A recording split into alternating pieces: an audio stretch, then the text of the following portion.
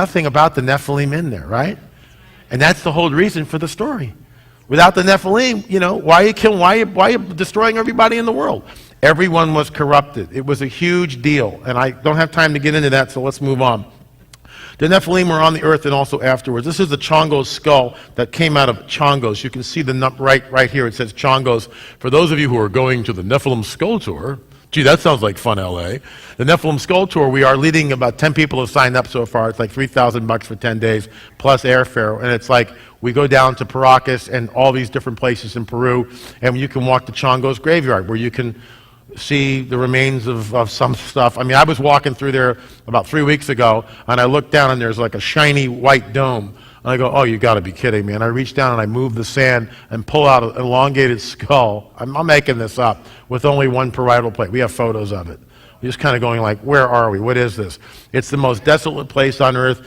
I believe that the Chongo's necropolis or graveyard holds secrets that we have not yet seen. Rob Skiba's skull, I believe, I haven't vetted this, and I asked Rob where he got it, that could be a replica of this skull, because that's pretty much what the Chongo's skull looked like when we went into the museum to take pictures. This is my photograph at the ICA Museum in Peru, where this guy was. What's interesting is they're all over the place down there. And the Peruvian government just released a book about them, but there still has been no DNA testing on that, except for the DNA testing that was done through Brian Forrester and Lloyd Pye, through Lloyd Pye's Genises, which was done a couple of years ago, which was just released a couple of weeks ago, which went viral. And I'll talk about that in a little bit. In the territory of King Og, king of Bashan, that's how Doug Hamp pronounces it, Og. The rest of us pronounce it Og. We're all wrong. Sorry, Doug. I don't know what it is. Og. So in the territory of Og, king of Bashan, one of the last of the Rephites, which of course is a Nephilim tribe, who reigned in Ashtaroth. And so the bottom line is we have this biblical story, narrative that's constantly going, talking about these creatures, who they were. The Rephaim, the Amorites, the Canaanites, okay? And this is, when you look here, this is where Og dwelt. Why isn't this working? Ooh, hello. That's so weird. Is the battery over? Oh, there it is. Okay. So this is like northern part of Israel. And I'm going to show you a map that we did of it a little bit later. And this is where Og's territory is. You will notice it's very close to Mount Hermon. Mount Hermon is where the 200 watcher angels descended in the time of Jared and started all the mischief. So isn't that interesting? And it was described as the remnant of the giants. Why is the remnant? Why is it? Because they can reproduce only for a certain amount of time, and then the seed becomes, or the genetic tree or chain, however you want to describe it, becomes less powerful and they can't reproduce anymore? And interestingly enough, the geneticist who looked at this, who has its preliminary DNA, stated that, wow, they would not be able to mate with humans. Isn't that interesting? I mean, we'll get into that. So I got to move quickly. So these are the tribes that were in the Levant. And just so in the cosmic chess match, I talk about this. And this is how the Lord seems to work. He allows the fallen one, Satan, to have full reign. Okay, you go ahead. You do your thing. Ever wonder why he hardens Pharaoh's heart? Ever wonder why he allows Israel to be under bondage for so many years? Until the fullness of the Amorites, which I got from Doug Krieger, the fullness of the Amorites comes in. In other words, he allows Satan, the fallen one, to do his thing, right? Ever wonder why the 40 years, that generation passes? Because, get this, he hardens Pharaoh's heart over and over and over again to show the Israelites that he's the real God.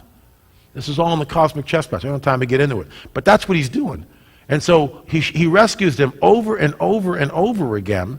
And when he brings them up to Canaan, I mean, he knows they're not going to go in. Oh, we saw the Nephilim there, we can't go in. And they turn tail and run. That day is called the 9th of Av. It's always been a day of calamity for the Jewish nation ever since that, because there's a curse that the Lord put on the people. The 9th of Av, that's a whole other discussion. Doug Hamp got into that. I talk about it in other presentations, but it's a day of calamity to the Jewish people. And it's always good to know when the 9th of Av is in 2014 or 2013. It's always good to know, so watch Israel. Anyway, all these different tribes, the Canaanites, the Girgashites, the Amorites, the Nephilim, they're all up here. They're all different tribes. The reason why they have different names, I believe, there's different genetic characteristics. For instance, one of them is called the long necks. There's genetic manipulation going on here. Excuse me, I'm fighting this cold, so if I hack a little bit, I ask your forgiveness now.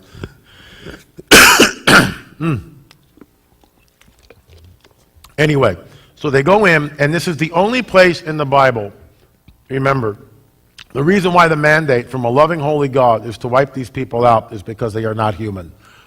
They are hybrid beings. There's no grace and mercy ever extended to Nephilim that I'm aware of. The judgment is always the same in the flood, and guess what? When you go to the book of Revelation, what's the judgment there for anyone who takes the mark of the beast? Where do you wind up in? The lake of fire. Why? Because I believe, and Doug Camp believes this too, it will change. When you take this mark, it will change our DNA, and we will become literally the seed of the serpent. Think about that. That's why the judgment is so severe with that an ounce of grace. Now you go, oh, what if they make me take the mark? Pull it out. Refuse it. So there you go. That's easy enough. Let's move on. The theory. But it's in my forehead.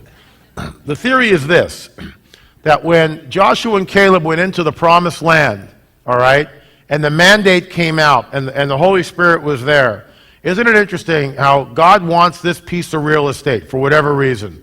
This is his real estate, and he brings Israel to come in and take the land. But guess who's there? The fallen one. Why is the fallen one there? Because the fallen one knows that this is God's real estate. And he's like running, interference all over the place.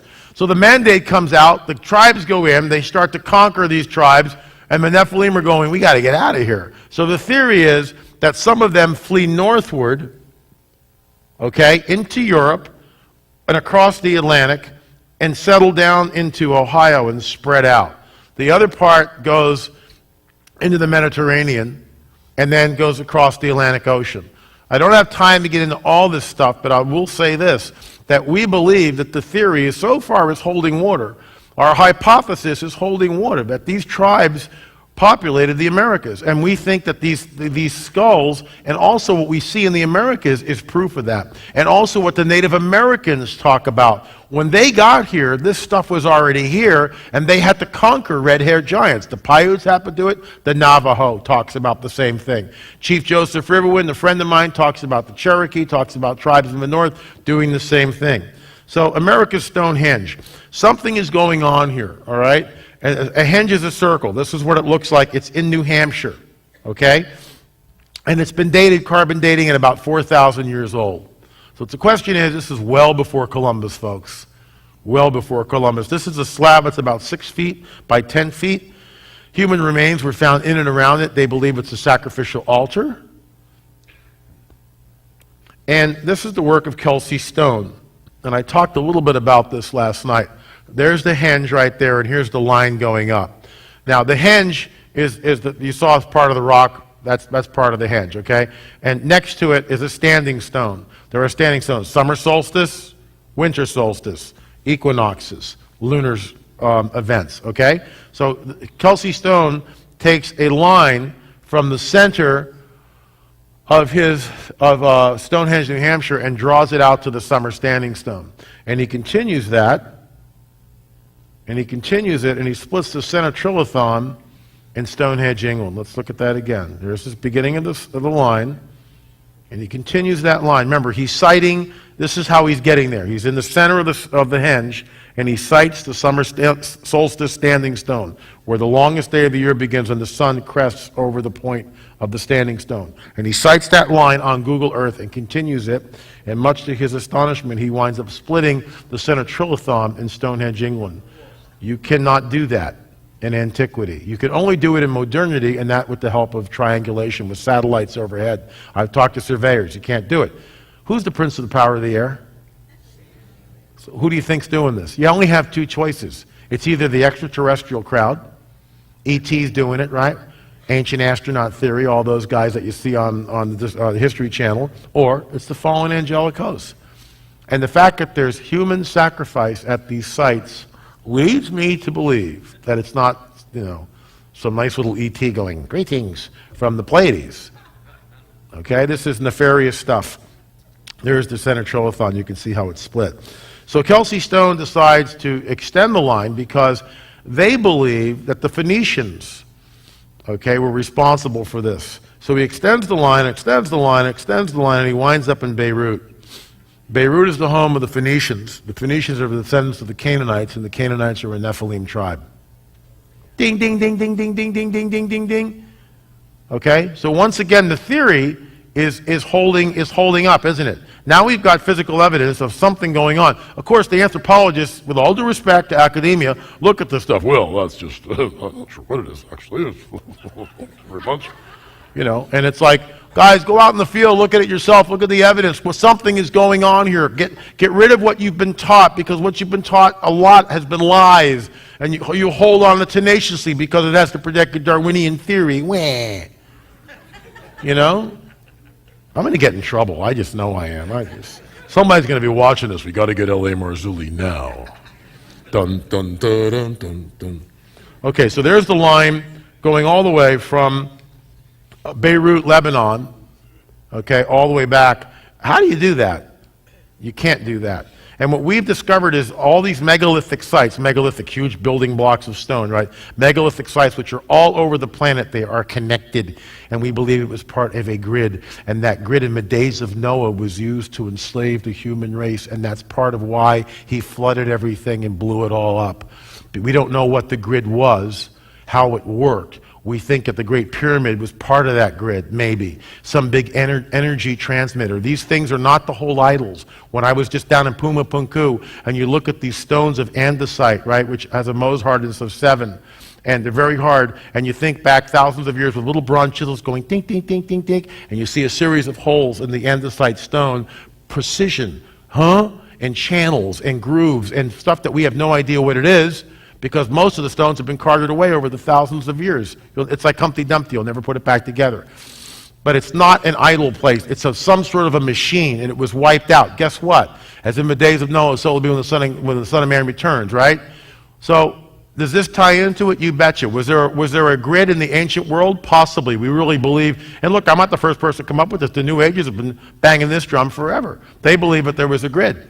Okay, the grid, and so prophecy tells us that it'll be like the days of Noah. If the grid was there in antiquity, is there a grid in modernity? You betcha. We talked a little bit about this last night. NSA, what are they doing? They're spying on us. Is the grid up? Yeah, World Wide Web. We're using it right now. We're streaming live to you via the web, which right now is benevolent and controlled by happy people, but soon will be controlled by the Dark Lord.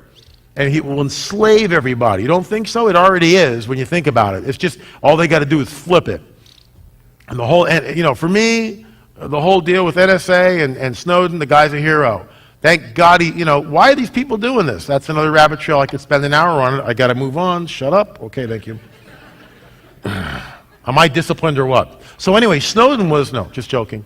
So look, so here's the line. This is what we did. We took Kelsey's stones and we went, well, Kelsey doesn't know about Mount Hermon, but we do, right? So we extended the line further.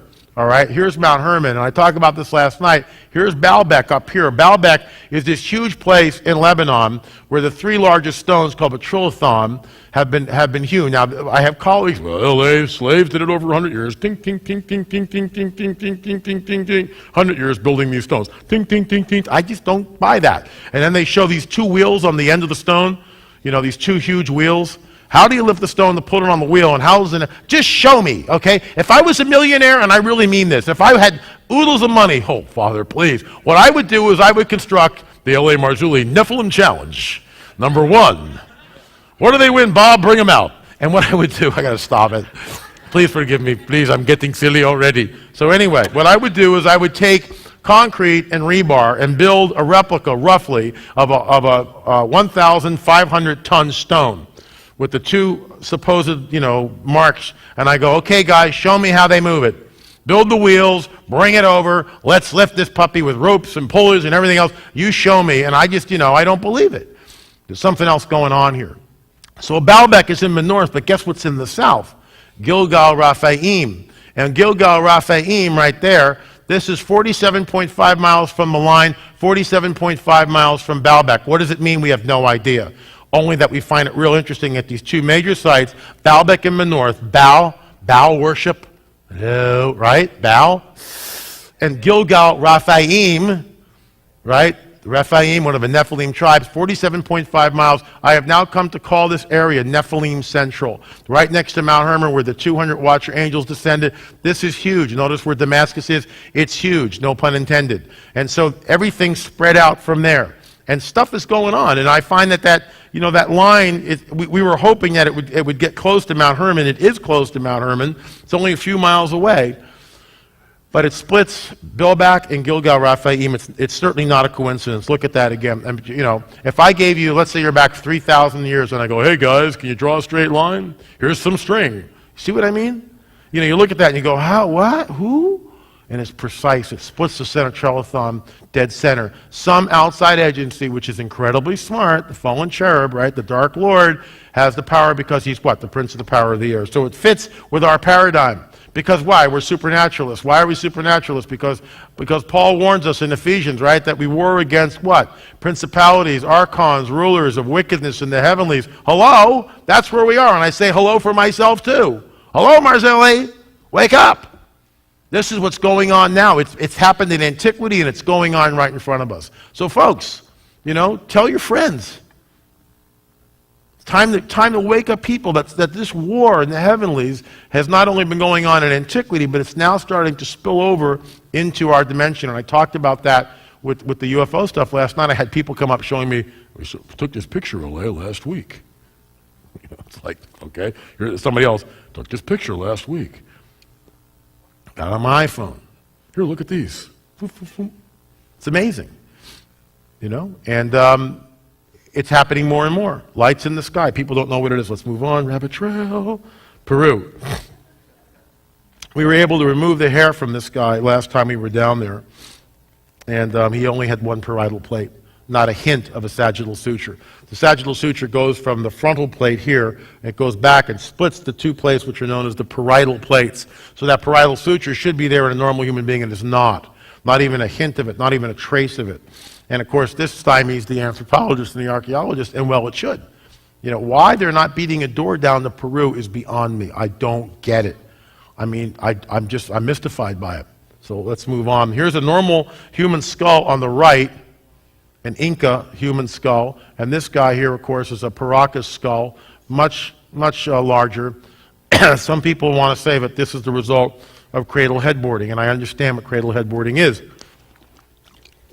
And cradle headboarding is this: when you tie material to a child's skull and you shape the head. But shaping the skull is not going to create a greater cranial capacity in the inside of the skull. It's still going to have the same amount of space in the skull as a normal human skull. Guess what? The ones in Paracas are 25 to 30% greater in capacity than a normal human skull. I'm not making this up. We've had it verified.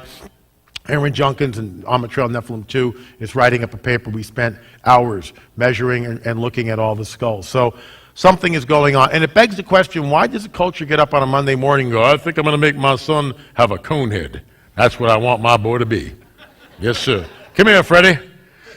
You're going to be a cone head when you grow up. It's like, what? Right? You get what I mean? Why did I use that voice? That was text. They wouldn't. My wife's laughing, I know. This is Judd Burton going, huh? In front of the case in Paracas. We'll be seeing this on the tour for those of you who are coming. And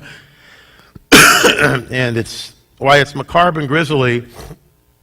About 6 of these skulls are not cradle headboarded. And we believe that they're the real thing. Plus, what is red hair doing in Peru?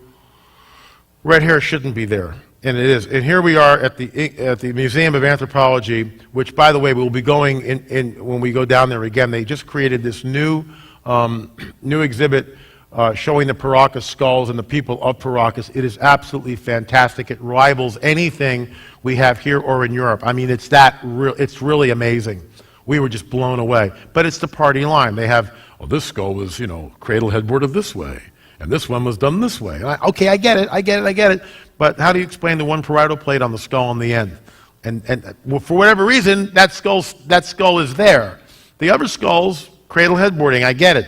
But the skull on the very end, there's I think 5 of them. Number 5 on the end, and we'll see this in May, we're going down. The skull on the end is elongated and only has one parietal plate. So here at the museum, you'll notice that the Darwinian paradigm is alive and well. So here we have the idiot, chimpanzee who somehow decides, instead of dragging his knuckles, right, and he gets up and he starts running.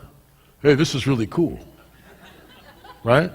And then over a period of like a gazillion years, somehow he starts straightening up, and pretty soon he's got a gut out to here in a big, a slurpy thing walking around going, yeah, it's great being a human being, isn't it?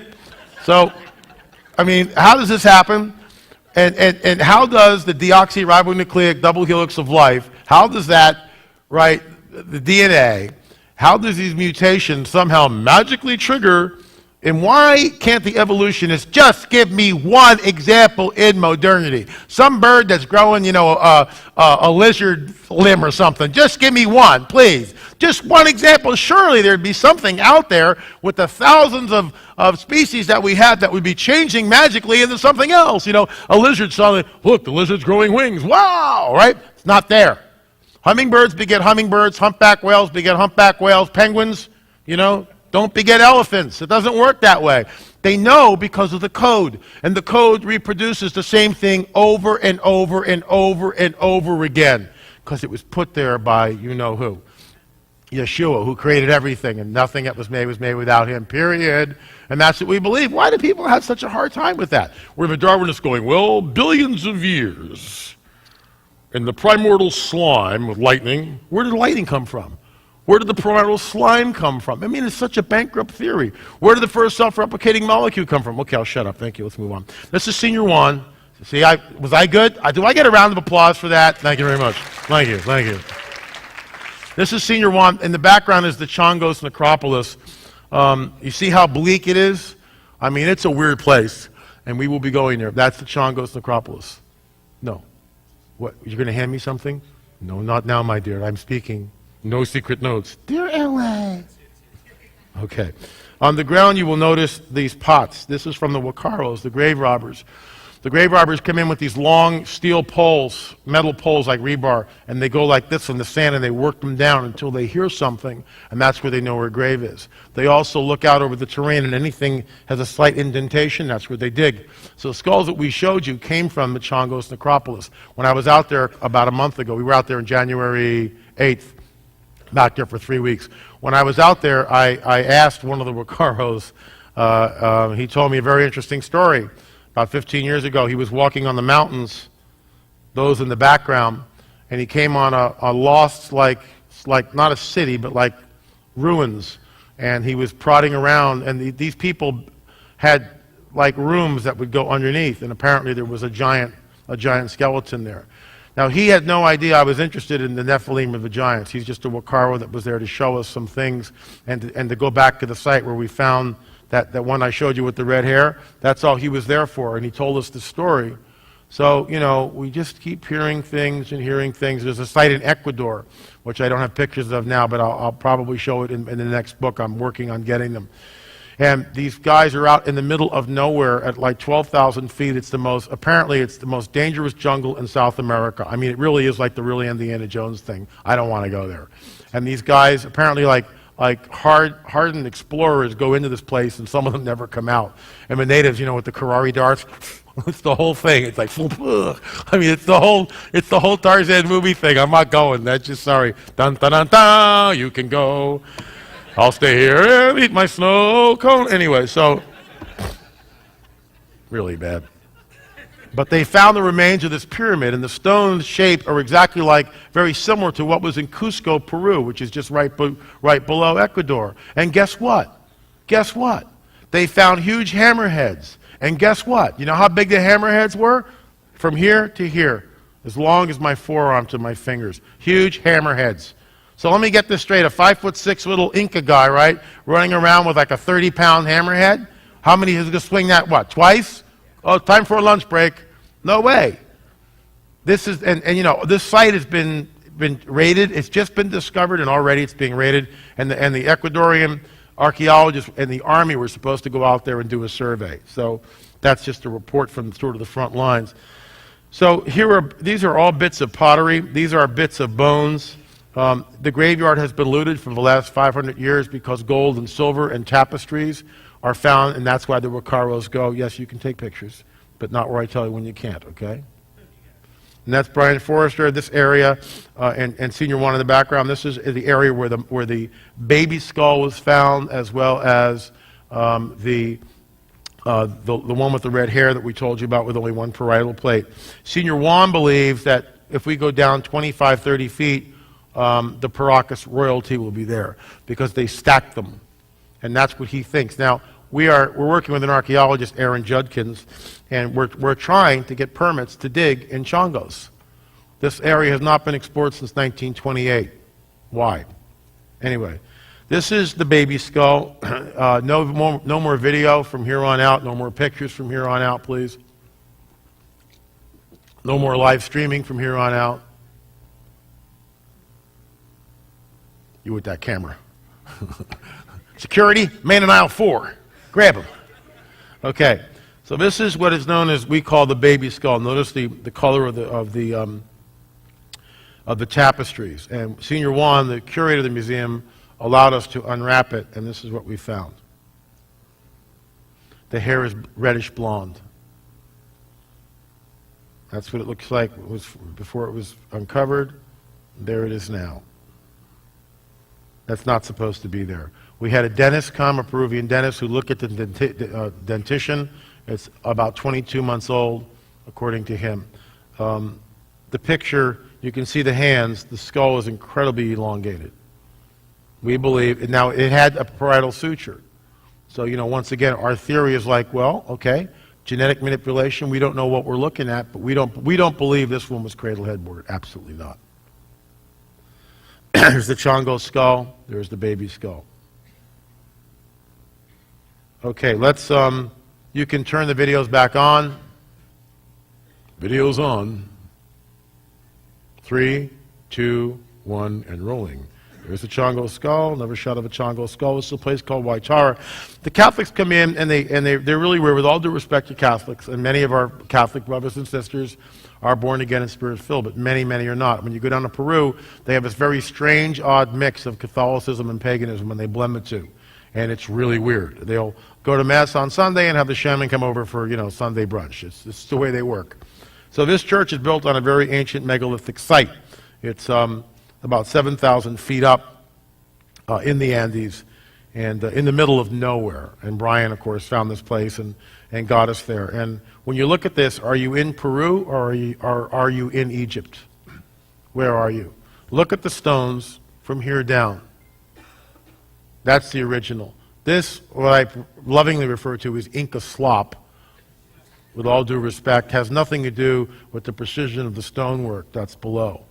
Now, the Catholic Church, in the inside of the church, where these little niches are, they put Mary and Joseph and the whole crew, little idols. It's not what this was. I believe this is part of an ancient machine. The stones are andesite, quarried from miles away. The stones are joined without mortar. Each stone is completely different. There's no two stones alike. And they'll do things like just make a little curve like this. Go talk to your friendly stonemason. How do you do this with a copper chisel, even if it's hardened with arsenic? How do you do that? In antiquity, thousands of years ago. In this, we saw these mummies.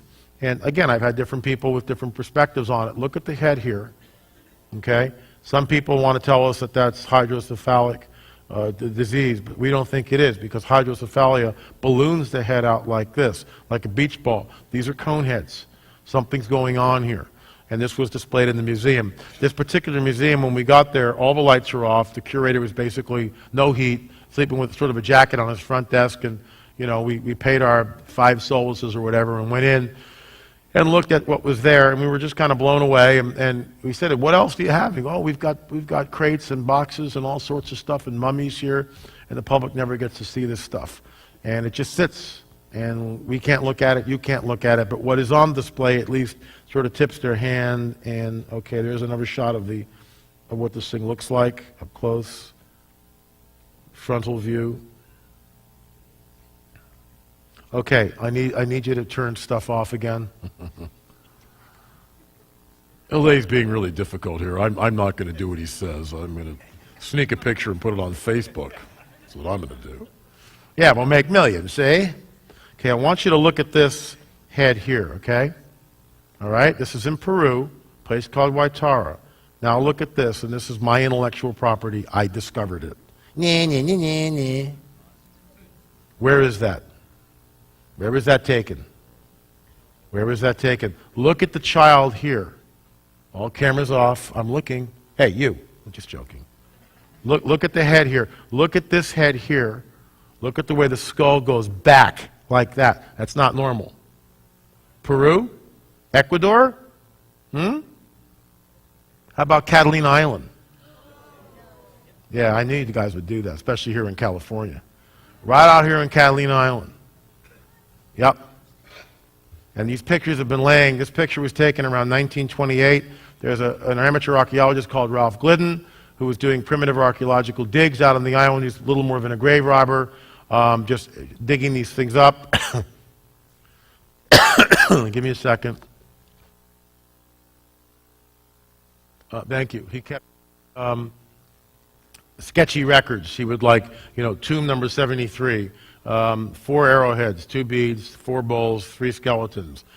Tomb number 82. And so all of a sudden he talks about, we saw the bones of an enormous human being well over 8 foot. That's all he says. There's no pictures, there's no nothing. But this stuff was in the newspapers in LA. The LA Times listed it. And when you talk to the anthropologists, which I have, they assure me that none of this stuff existed on Catalina. It was all Barnum and Bailey. I have one question. Where is the skeleton and why can't we see it? What happened to it? It's not anywhere. We don't know. The High Museum was swallowed up by the Smithsonian. So the answer is really simple. It's gone. But the picture isn't. The picture was, I was allowed to go in and look at the Glidden collection, Ralph Glidden collection. I was there for 10 hours by myself with the curator looking at boxes of photographs, everything he had. Boxes, photographs, journals, letters, everything. I got to look at and photograph stuff. I found 4 or 5 objects. This is one of them, which I'm sharing you. You're the first people to see it. It'll be on Trail number 2, which won't be available for several months. And again, what are they doing in Catalina? And this is why I'm on the trail, because once again, it doesn't prove the theory, but it's another step that some outside agency is messing with the genome. And we have a right to know, especially if it proves the biblical worldview. This is why the Nephilim is so important. That if a Nephilim really did come over here, are there traces of it? Someone came up to me today and said, "L.A., I believe what you're saying, but where's the photographic evidence?" I said, "Well, I'll tip my hand." And I showed him this, and I showed him another picture, which I'll show you guys in a little bit. So now we get back over to Cusco. And remember I talked about the stones? Here we've got polygonal shaped stones, okay? No mortar. Look at this little curve. Whee! Why do they do it? Because they can do it. Some of these boulders here, these are the light ones, a couple of tons. The ones in Sacsayhuaman, 80 tons, 100 tons, and you'll see why. Look at that. Stonemasons, if you're any out there, take a look at that. How would you do it? How would you do it? How would you fit the stones together? It's so playful, and there's not a cartouche or a hieroglyph or anything on them at all. There's nothing. The builders left no, Kilroy was here. It doesn't exist. What we do know is that, and when you look at a line like this right here, right? When you look at that line, we know that it actually goes through the entire stone. It's not just dressing in the front and then, the angle stops and it doesn't go through. That angle is polished and it goes through the entire stone. And that's how they link up. I mean, you want to talk about a jigsaw puzzle, and the fits are perfect. Hello, folks. We call this, I labeled it Nephilim architecture, because that's what I think it is. Above it is the Inca trying to, we got some stones, let's try to rebuild the wall. Okay, where's this one go? I don't know. Well, it might go here. All right, throw some mortar in. Dink, dink, dink, dink, dink. And why archaeologists and anthropologists can't see that is beyond Brian and myself and others in the field who look at this stuff. And the reason why they can't is because it doesn't fit the paradigm. It doesn't fit this progression of people coming over from the Berengian landmass at the end of the last ice age and becoming, chasing megafauna with spears like Ungawa, and then settling in Peru and creating these things. No, what we see is exactly the opposite. We see that the lower casing stones are much more complex. The building is finer designed. The joints are incredible. Here's Inca and here's the Spanish. We see exactly the opposite. We see that the bottom story of stones is the best. The architecture is the best. The stonework is superior in every way to the preceding cultures. There's the Inca above, small indigenous stones, and here's the Spanish. These stones are andesite. They're quarried from 40 to 50 miles away. This is in Cusco, 12,000 feet above sea level. How do you move them? The Inca didn't have the wheel. I'll tip my hand to you. We're interviewing Robert Salas. In Watchers 8, we're trying to create a correlate between what happened in antiquity, which is what is happening in modernity. And we've been able to do that. Why? Because Robert Salas has a piece of information that's incredible. He was stationed at a nuclear missile site. I'm not sure where it was located. He's gone on the record, so he's coming on the record with us in a few weeks to tell about his story. And there was a UFO that was over the missile silos, and it shut the silos down, okay? But get this, the blast doors are made of solid concrete reinforced with rebar. They weigh 3 tons each. When Salas went out to inspect the missiles, all the blast doors had been lifted off, get this, lifted off their tracks and placed to the side of the silo. Yeah, so what have we done with that? We've established, is it conclusive? Of course it's not. But what it does is it shows that, wait a minute, these entities are doing the same thing in modernity that they might have done in antiquity. Fallen angel technology. Now, if you were a bunch of New Agers and I said that, you'd look at me and, walk out of the room. But I can say it here because this is our paradigm, and this is what we believe. And this is what I believe. This is like, and remember, when we talk about fallen angelic hosts, we're not talking about, these little guys with, red suits and horns and pitchforks. It's not what we're looking at. These are incredibly intelligent super scientists. Okay, let's move on. There's another wall in Cusco. Again, there's not one stone there, but it's the same. No mortar. And this is what I mean by, there's a sign there that tells us this is where the big gold idol sat. No, it didn't. In my humble opinion, you see this thing, you see the slots, see the holes? The night before we went there, the Lord gave me a dream. And the dream continued, but in the dream, superimposed in every dream, every scene, was this lentil right here above the door with these holes in it. And I'm going, Lord, I have no idea what this means. Why are you showing me? Why are you showing me this? And then, 6 hours later, I'm standing in front of the thing going, you have got to be kidding me. That was a prophetic dream by the Holy Spirit given to me to give me a heads up. This is not, and notice the way the back has been blown out. Look at the slots here. Look at we don't know what it was. We theorize that it was some sort of a highly complex machine with moving parts. Plates, we don't know. But it's not there anymore.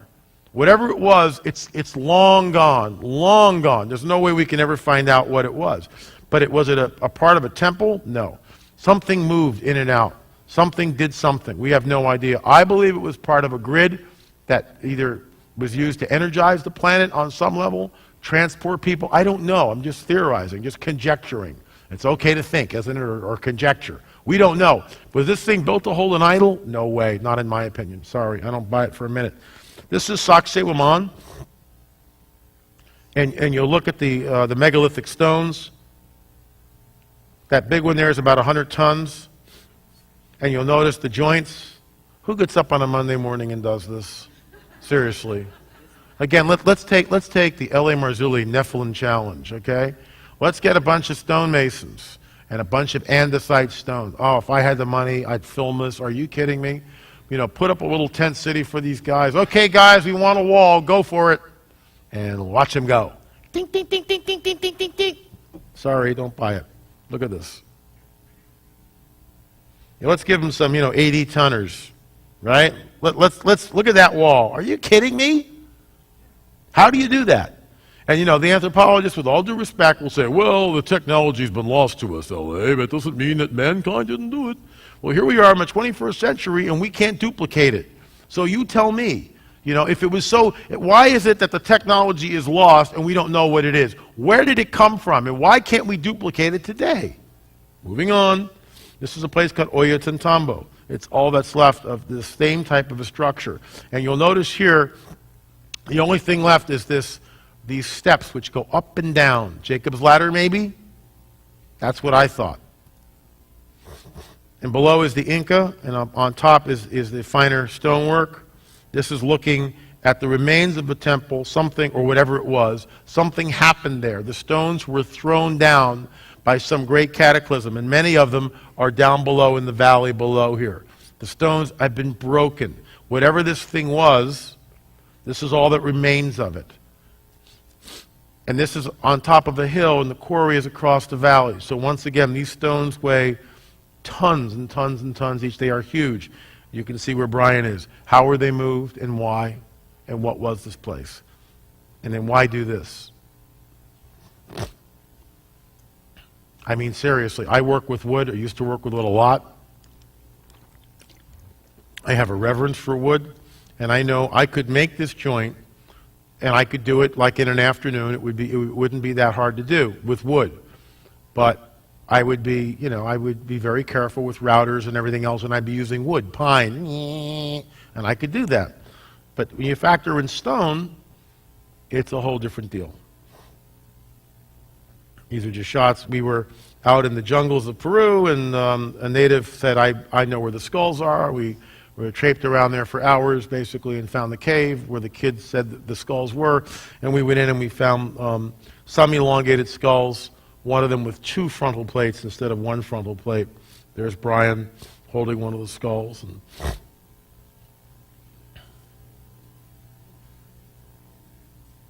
here's a shot of one of the skulls from Paracas. There's not a hint of a parietal suture. What we should see, called a sagittal suture, we should see a sagittal suture running like this, which separates the 2 parietal plates. It's not there, not even a hint of it. And when you look inside the skull, there's not a hint of it in the inside of the skull either.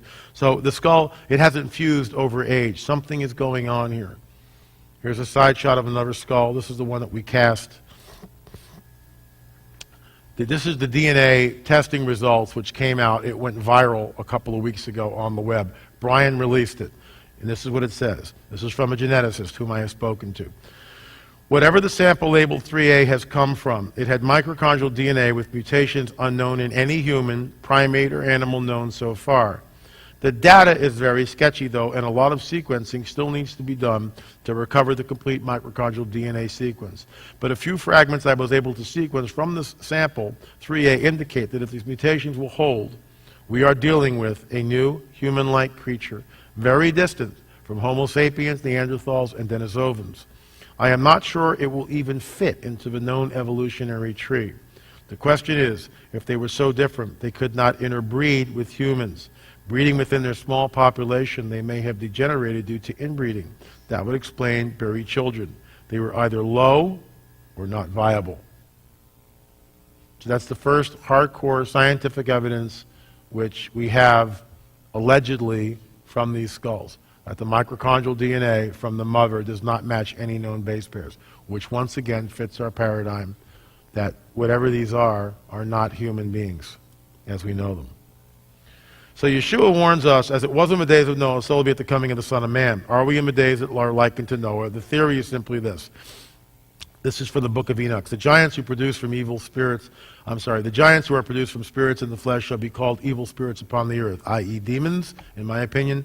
Evil spirits have proceeded from their bodies because they are born from men and from the holy watchers. We're talking about the Nephilim, is their beginning and primal origin. And the spirits of the giants afflict, oppress, attack, do battle, and work destruction on the earth. And these spirits shall rise up against the children of men and against the women because they have proceeded from them. Okay? And he says to the watchers, he's talking to Enoch, you shall have no peace. You see something that you don't want to see? That's a great thing to have in your quiver. You shall have no peace. How many people have the peace of the Holy Spirit in their lives right now in this room? How many people know what it's like when the Lord takes that peace away for whatever reason? Because we walk out from under the umbrella of protection. No picnic, no fun, is it? Okay? When you say to an angelic being, you shall have no peace, or something that you come up against, or that you feel, the Lord rebuke you. We are strong in the Lord and in His might, right? You shall have no peace. The Lord rebuke you. Those are just arrows in our quiver, because if we're in the presence of anything like that, it's hard to remember your name. Seriously. Elmer Fudd? Let's move on. The warning. For as in the days before the flood, they were eating and drinking. Who's they? And we've all, other speakers have covered this, so I'm not going to get into it. They were eating, drinking, and marrying and giving in marriage till the day that Noah entered the ark. It's not human beings, because in my opinion, in the Genesis 6 account, when you go there, who is they? They are the sons of God. This is why this passage is so important to nail down and have our exegetical viewpoint correct. And I believe, and I know the other authors here and speakers who did a great job believe, that these, the sons of God, are the fallen angelic host of heaven. Let's move on.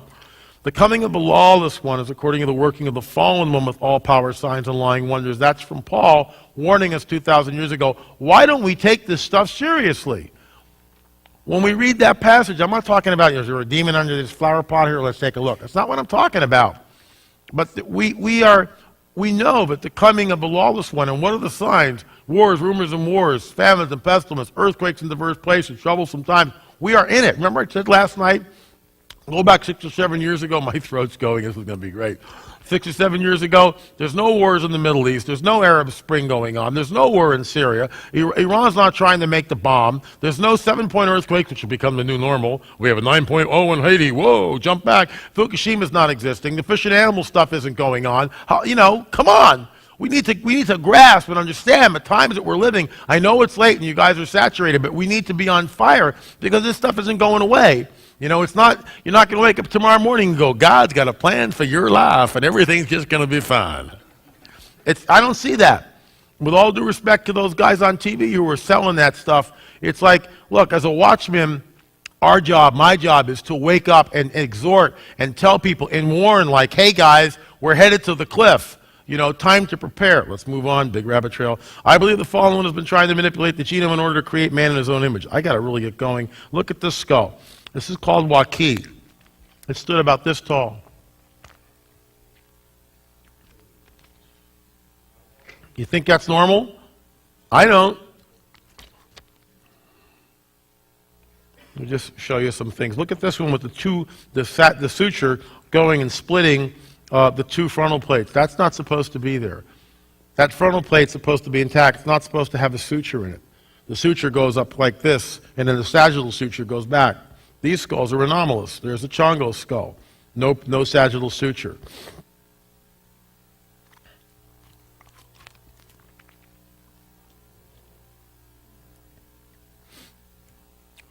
So why am I... Oh, wait, this is really gruesome. I don't know why you're showing us all this. Because what it does, in my opinion, is it slams dunk the idea that the Nephilim were here and also afterwards, and it's like the days of Noah, and it shows us what the end times will be. Like the days of Noah, there's a breeding program going on. Remember I said last night? The fallen one is trying to create man in his own image. No sagittal suture. This is what some of these guys, according to Mark LaPlume, may have looked like. He paints them a little too benevolent for my taste.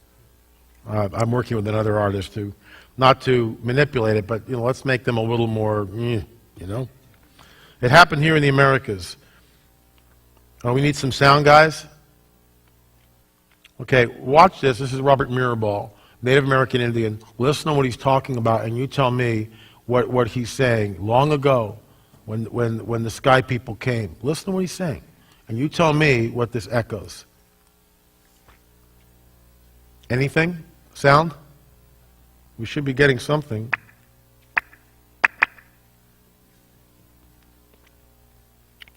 Here's Robert. You're not getting any sound, are you? No sound here. Well, let me just explain it. What happens here is, and I'm going to fast forward it, he's talking about, what am I looking at? Oh.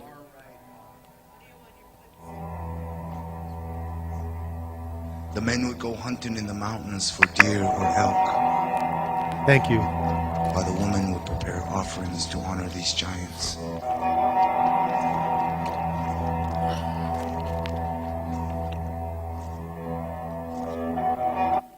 Just listen to this. Listen to what he says right here.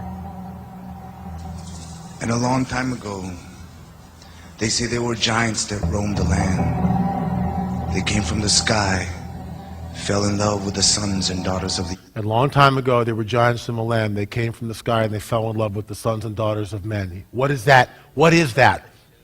That's Genesis 6. Where is that from?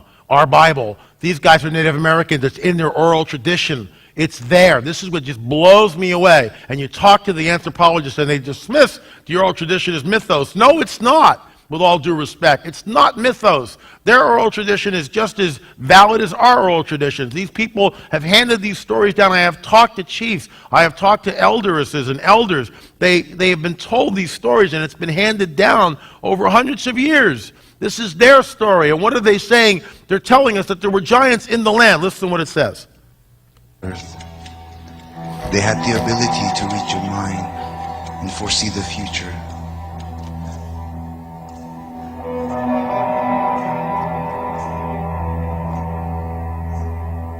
The men would go hunting in the mountains for deer or elk, while the women would prepare offerings to honor these giants. They're making offerings.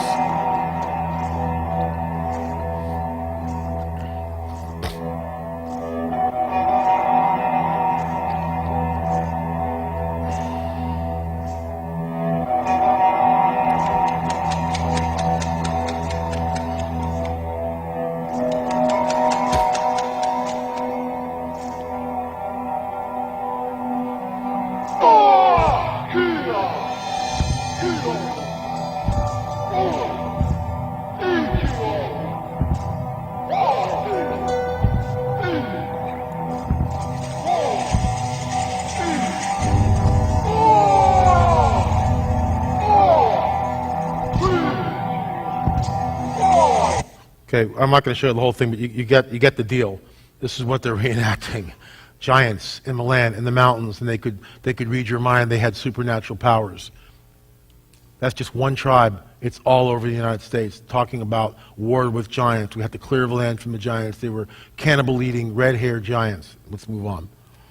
Washington Herald, Seymour, Texas. Oil drillers claim to have found bones of a prehistoric giant 10 feet high. Okay, so the newspaper's lying because they're just trying to sell papers. Mexico City, the Department of Agriculture yesterday received from an agent on Tiburon Island the skeleton of a primitive man more than 10 feet tall. They're lying, they're trying to sell papers. Spokane Daily Chronicle, the skeleton of a prehistoric man of a large size has been found in a town 10 miles southeast, 15 feet in height. They're lying, they're trying to sell papers. A dispatch from Cassiopolis, I guess it's Michigan. The lower jaw is immense, and it goes on down here 11 feet tall. So they're trying to sell papers. They're just, the bones of a giant 10 feet in height were found near Lewisport. My conversation with a tenured professor about the bones, when I told her, I said, excuse me, with all due respect, men of letters, doctors and lawyers examined these skeletons 100 years ago and measured them at 9 feet. You know what her answer to me was? And I'm not making this up. Men of letters 100 years ago did not know how to measure. I swear to you. That's what I got. Why? It's like, did Jesus rise from the dead? You bet. Why? Because I believe it. Why do you believe it? Because I believe it. We have faith, but we also know in our hearts that he's risen from the dead because he's revealed himself to us. These guys, it's their religion, and they hold on to their paradigm as tenaciously as we hold on to ours. And anything that comes across their path which kind of ruffles it, ooh, men of letters didn't know how to measure. Okay. Okay, I need cameras off. Cameras off, video off, please. This is my find in Catalina. This is from Ralph Glidden. This is L.A. Marzulli donating a sizable contribution to the Catalina Museum, literally. 6 months of wrangling, and finally the doors opened up, oh, and in I went and sat down in this room with a table with white paper, and they brought out boxes, all archival boxes, everything organized with files and names and photographs in plastic wrappings and the whole deal. Everything is cataloged. And I spent 10 hours there, like I said, and I showed you the first picture I found, which was pay dirt. If you're looking for something, you're going to find it. If you're not looking for what you're looking for, does that make any sense? You're not going to find it, right? And so if someone else can look at these pictures and it's not going to mean anything to them. To me, I just went, oh my gosh, you've got to be kidding me. It's this picture. All cameras off? Okay. This is Ralph Glidden sitting in a pit, recently excavated. He is 5 foot 8 inches tall. There is a skeleton here in situ. It's not a bone pile. The skeleton has been placed in the grave, and it's exactly the same position it was placed in, and Ralph Glidden has uncovered it. What I did is I went on my blog, didn't show the picture. I said, I'm looking for guys with computer programs who can extrapolate the heights of 2 different individuals. About 5 or 6 people emailed me back. 4 of those people responded. I sent the picture to them. This is what we found. And it's kind of hard to read, but this is what we did. This is just one guy. We take Ralph Glidden at 5 feet 8. We bring him out of the picture, and you can see we can Photoshop it now. 5 foot 8, and we know this is what he looks like. We take the skeleton and we stand it. That's an 8.5 footer in front of Glidden. 2 other people, blind study, they did not know I was doing this. One guy put it at 9 feet, the other guy put it at 8 feet. So it's within 8 and 9 feet. I'll use the 8.5 foot because it's the average, and that's what I think it is. First real hardcore photographic proof of an 8.5 footer found out on Catalina. And what's cool is Glidden in his journal says, we found a skeleton on San Miguel which was 8.5 feet tall. The picture was taken in Catalina, but if there's one in San Miguel, why not Catalina? And because Glidden kept really sloppy records and very incomplete, we don't know. But the back of the photo says Catalina. We're not even sure. The question is, where is this guy? What happened to it? Why can't we see it? Surely a museum would go, wow, an 8.5 footer, that's really cool. We'll put that up and charge everybody $1 to see it. Yeah, that's great. It's not there, it's gone. So that's hardcore physical proof, in my opinion, of an 8.5 footer found out on Catalina Island. Let's move on. So there's the red hair from Paracas. This is the implant which we went last night, and I showed you this, right? Did I show you this graph yet? Did I show you this? No? Okay, real quick. This is the implant from last night, okay? This is the red hair from Paracas, all right? Red hair from Paracas, implant. There's a man who was abducted and forced to have sex with a hybrid being with silver whitish hair. It was a female. During the forced intercourse, he had a presence of mind to fight back. In fighting back, there was hair left on him from this being. So we have a graph. We put 4 hairs in a machine called Raman spectroscopy, which measures and puts on a graph the molecular composition of whatever you're putting in. In this case, it was hair. So we have a human hair, which is, where's human? Why can't I find it? Here's our control sample right here, okay?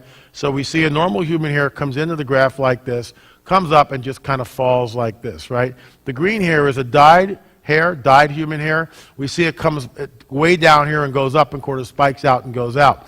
This is what blew us away. And is it proof of a Nephilim? No, once again, it's not conclusive proof. But it's another hardcore scientific study that we did and paid for, which proves at least that there may be a correlation between what happened in antiquity and what is going on in modernity. And it is this. Here is the hybrid red-haired mummy hair, right? Right here, the dark blue. And here is the hybrid hair from the white hair from the alien that was, the hybrid being that was female, that the guy had a sample of the hair from, okay? They start in the same place. Look at the way the slope of the graph is. Look how almost identical it is. And we just about fell out of our chairs. Because in our opinion, and in the opinion of them, he's writing up a report for Alma Trail 2. This wasn't an Alma Trail 1, but it will be an Alma Trail 2. In our opinion, it creates a link between this guy here, which is, thousands of years ago in Machongo's necropolis, and what's happening here in modernity with someone who's been abducted and forced to have sex. What does that sound like? It's Genesis 6 screaming at us, isn't it, in my opinion? And here's hardcore physical evidence. Is it conclusive? No, not yet, but we're getting closer and closer and closer as we move forward. So we believe that there was a grid system, and you've seen some of these, this vast stonework, megalithic stonework, and And we believe the grid system connected all points to the planet. And we believe that the fallen one did this, and it enslaved the human race. And so when God sent the flood, it was universal. And he needed to make it universal because he needed to wipe this grid out. Otherwise, human beings would be enslaved. The problem is Jesus says it's in the days of Noah, so it will be when the Son of Man returns. The grid is back, in our opinion, and we helped build it, which is unbelievable. So there's the grid. There's Sacsayhuaman, the ancient grid. He causes all, both small and great, rich and poor, free and slave, receive a mark on their right hand or on their foreheads, that no man may buy or sell except the one who has the mark. We all know about this. See this little implant right here? I believe these are prototypes to the mark of the beast. I believe when they show up, they will have these implants, and they will say, the so-called extraterrestrials will say, we created all life on this planet, we genetically manipulated you, we created the early societies on the planet, and now at this critical juncture in human history, we are back to usher mankind into a time of peace, prosperity, and knowledge. We know from Scripture that you won't be able to buy, sell, or trade without the mark. We also know from Scripture that anyone who takes the mark winds up in the lake of fire. Any grace and mercy there? Is there a shred of grace and mercy there? No, there is not. Where there's grace and mercy every place else in the Bible for the most vile sinners on the planet, and yet you take the mark, you're hosed, basically. You wind up in the lake of fire. Something's going on with the mark. We also know that in those days, men and women will seek death and not find it. Is that allegory? No. I believe this mark will extend the life, just like the days of Noah. The lifespan may be 500 years or older. People will be flying off the... What is Elysium, right? How many people saw that movie? Right? I saw part of it and turned it off. You're just like, oh, not again. But there's one thing where, you know, the woman has cancer and she goes in the machine and she's like, and they all live like hundreds of years, blah, blah, blah. It's a setup. We're being, you know, think of the movies that we see. The X-Men is a perfect example of that. These hybrid beings, these chimeras. Watch Katy Perry's E.T. video. I just want to close with this, that we've not been given a spirit of fear, but of power, love, and a sound mind. All right? The last couple of days, we've really plowed and looked at some very deep things in a field with some hidden secrets that most of you have never even, you know, looked at. And a lot of you really don't want to look at. And who does? It's unsettling. But we know from Scripture, we know the end of the story. We know that he is coming, and when he comes with the armies of heaven, by the breath of his mouth, he will destroy those who are waiting, according to, you know, one of the Psalms. I think it's Psalm 2 or 3, and he'll destroy those kings of the earth who are assembled. We know that. That's what's going to happen. So all this is a warning that we are in what I believe are the last days, leading up to the time of the tribulation. My prayer is that we get taken out of here sooner than later, because it's getting really crazy. In the meantime, put on your armor of God every night, and I mean that. Put on the armor of God every night or in the morning or whenever. Put on the armor. Know what it is. Read Ephesians 6. Put on that armor. Walk around. Get bold. Start to tell people about this stuff. All the resources on the tables, man. I mean, that's why we write books and do DVDs. You know, give them to your friends. Wake them up. So you don't have to say anything. Just hand them a DVD. Hey, check this out. Or the book or whatever. So I want to just pray. And then what I want to do is just take a couple of minutes and just see if, you know, there's been a lot going on in this room. And what I want you to do is I want you to be interactive. And I know this is always weird when people ask that. If you don't feel like doing it, you don't have to do it, but try to do it. Pray with the person next to you.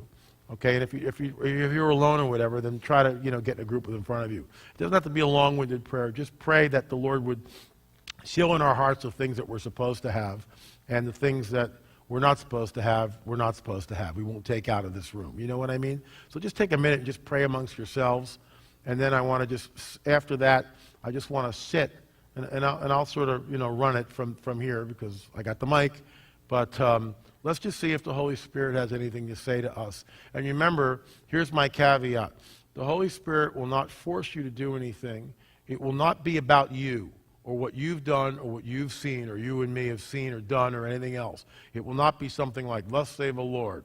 It will be usually for the entire body, and a lot of times it'll just show and praise either Jesus or the Father. That's what it will do. That's what he will point to. So if you think you have a word and it's about something you've done, sit on it, because it probably isn't, you know, it's probably just for you type of thing, okay? If someone has a vision and you're not sure what it is, don't be afraid to stand up. And, with a group like this, who knows what he'll do. So let's pray. So, Father, we come before you and we thank you for this time. And we just thank you, Lord, for your goodness and the presence of your Spirit. And we pray now as we go into prayer, Lord, that you would just take this time and be with your people. We invite your Spirit.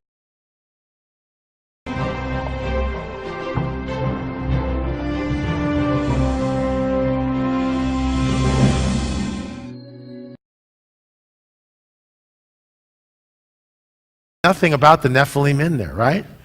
And that's the whole reason for the story.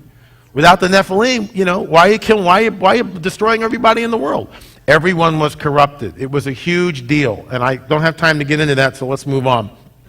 The Nephilim were on the earth and also afterwards. This is the Chongo's skull that came out of Chongos. You can see the right here. It says Chongos. For those of you who are going to the Nephilim skull tour, gee, that sounds like fun, LA.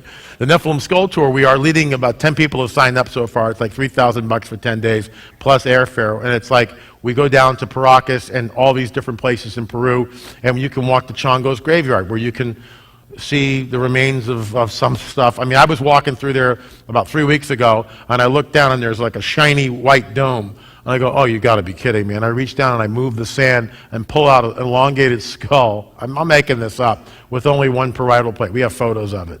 We're just kind of going like, where are we? What is this? It's the most desolate place on earth.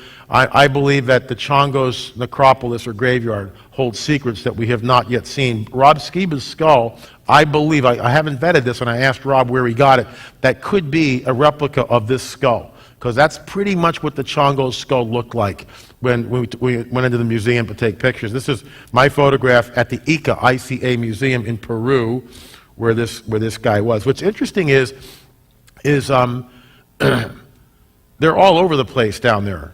And the Peruvian government just released a book about them, but there still has been no DNA testing on that, except for the DNA testing that was done through Brian Forrester and Lloyd Pye, through Lloyd Pye's Genises, which was done a couple of years ago, which was just released a couple of weeks ago, which went viral. And I'll talk about that in a little bit.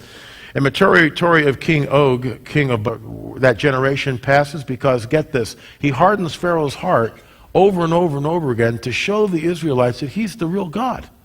This is all in the cosmic chess match. I don't have time to get into it. But that's what he's doing. And so he rescues them over and over and over again. And when he brings them up to Canaan, I mean, he knows they're not going to go in. Oh, we saw the Nephilim there, we can't go in. And they turn tail and run. That day is called the 9th of Av. It's always been a day of calamity for the Jewish nation ever since that, because there's a curse that the Lord put on the people. The 9th of Av, that's a whole other discussion. Doug Hamp got into that. I talk about it in other presentations, but it's a day of calamity to the Jewish people, and it's always good to know when the 9th of Av is in 2014 or 2013. It's always good to know, so watch Israel. Anyway, all these different tribes, the Canaanites, the Girgashites, the Amorites, the Nephilim, they're all up here. They're all different tribes. The reason why they have different names, I believe, there's different genetic characteristics. For instance, one of them is called the long necks. There's genetic manipulation going on here.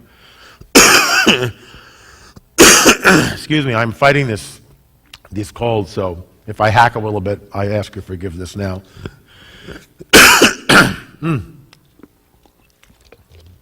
Anyway, so they go in, and this is the only place in the Bible, remember, the reason why the mandate from a loving, holy God is to wipe these people out is because they are not human. They are hybrid beings. There's no grace and mercy ever extended to Nephilim that I'm aware of. The judgment is always the same in the flood, and guess what? When you go to the book of Revelation, what's the judgment there for anyone who takes the mark of the beast? Where do you wind up in? The lake of fire. Why? Because I believe, and Doug Camp believes this too, it will change. When you take this mark, it will change our DNA, and we will become literally the seed of the serpent. Think about that. That's why the judgment is so severe with that ounce of grace. Now you go, oh, what if they make me take the mark? Pull it out. Refuse it. So there you go. That's easy enough. Let's move on. Sean, that's how Doug Hamp pronounces it, Og. The rest of us pronounce it Og. We're all wrong. Sorry, Doug. I don't know what it is. I think Og. So in the territory of Og, king of Bashan, one of the last of the Rephites, which of course is a Nephilim tribe, who reigned in Ashtaroth. And so the bottom line is we have this biblical story, narrative that's constantly going, talking about these creatures, who they were. The Rephaim, the Amorites, the Canaanites, okay? And this is, when you look here, this is where Og dwelt. Why isn't this working? Ooh. Hello? That's so weird. Is the battery over? Oh, there it is. Okay. So this is like northern part of Israel. And I'm going to show you a map that we did of it a little bit later. And this is where Og's territory is. You will notice it's very close to Mount Hermon. Mount Hermon is where the 200 watcher angels descended in the time of Jared and started all the mischief. So isn't that interesting? And it was described as the remnant of the giants. Why is the remnant? Why is it because they can reproduce only for a certain amount of time, and then the seed becomes, or the genetic tree or chain, however you want to describe it, becomes less powerful and they can't reproduce anymore? And interestingly enough, the geneticists who looked at this, who has its preliminary DNA, stated that, wow, they would not be able to mate with humans. Isn't that interesting? I mean, we'll get into that. So I got to move quickly. So these are the tribes that were in the Levant. And just so in the cosmic chess match, I talk about this. And this is how the Lord seems to work. He allows the fallen one, Satan, to have full reign. Okay, you go ahead. You do your thing. Ever wonder why he hardens Pharaoh's heart? Ever wonder why he allows Israel to be under bondage for so many years? Until the fullness of the Amorites, which I got from Doug Krieger, the fullness of the Amorites comes in. In other words, he allows Satan, the fallen one, to do his thing. Right? Ever wonder why the 40 years? There's the henge right there, and here's the line going up. Now, the henge is you saw as part of the rock. That's part of the henge, okay? And next to it is a standing stone. There are standing stones. Summer solstice, winter solstice, equinoxes, lunar events, okay? So Kelsey Stone takes a line from the center of Stonehenge, New Hampshire, and draws it out to the summer standing stone. And he continues that, and he continues it, and he splits the center trilithon in Stonehenge, England. Let's look at that again. There's this beginning of the line, and he continues that line. Remember, he's citing, this is how he's getting there. He's in the center of the henge, and he cites the summer solstice standing stone, where the longest day of the year begins when the sun crests over the point of the standing stone. And he cites that line on Google Earth and continues it, and much to his astonishment, he winds up splitting the center trilithon in Stonehenge, England. You cannot do that in antiquity. You can only do it in modernity, and that with the help of triangulation with satellites overhead. I've talked to surveyors. You can't do it. Who's the prince of the power of the air? So who do you think's doing this? You only have two choices. It's either the extraterrestrial crowd, ET's doing it, right? Ancient astronaut theory, all those guys that you see on the History Channel, or it's the fallen angelic hosts. And the fact that there's human sacrifice at these sites leads me to believe that it's not, some nice little ET going, greetings from the Pleiades. Okay, this is nefarious stuff. There's the center trilithon. You can see how it's split. So Kelsey Stone decides to extend the line because they believe that the Phoenicians, were responsible for this. So he extends the line, and he winds up in Beirut. Beirut is the home of the Phoenicians. The Phoenicians are the descendants of the Canaanites, and the Canaanites are a Nephilim tribe. Ding, ding, ding. Theory. But it's in my forehead. The theory is this, that when Joshua and Caleb went into the promised land, all right, and the mandate came out, and the Holy Spirit was there, isn't it interesting how God wants this piece of real estate for whatever reason? This is his real estate, and he brings Israel to come in and take the land. But guess who's there? The fallen one. Why is the fallen one there? Because the fallen one knows that this is God's real estate. And he's like running, interference all over the place. So the mandate comes out, the tribes go in, they start to conquer these tribes, and the Nephilim are going, we got to get out of here. So the theory is that some of them flee northward, into Europe and across the Atlantic, and settle down into Ohio and spread out. The other part goes into the Mediterranean and then goes across the Atlantic Ocean. I don't have time to get into all this stuff, but I will say this, that we believe that the theory is so far is holding water. Our hypothesis is holding water, that these tribes populated the Americas. And we think that these skulls, and also what we see in the Americas, is proof of that. And also what the Native Americans talk about. When they got here, this stuff was already here, and they had to conquer red-haired giants. The Paiutes had to do it. The Navajo talks about the same thing. Chief Joseph Riverwind, a friend of mine, talks about the Cherokee, talks about tribes in the north doing the same thing. So America's Stonehenge. Something is going on here, all right? A henge is a circle. This is what it looks like. It's in New Hampshire, okay? And it's been dated, carbon dating, at about 4,000 years old. So the question is, this is well before Columbus, folks. Well before Columbus. This is a slab that's about 6 feet by 10 feet. Human remains were found in and around it. They believe it's a sacrificial altar. And this is the work of Kelsey Stone. And I talked a little bit about this last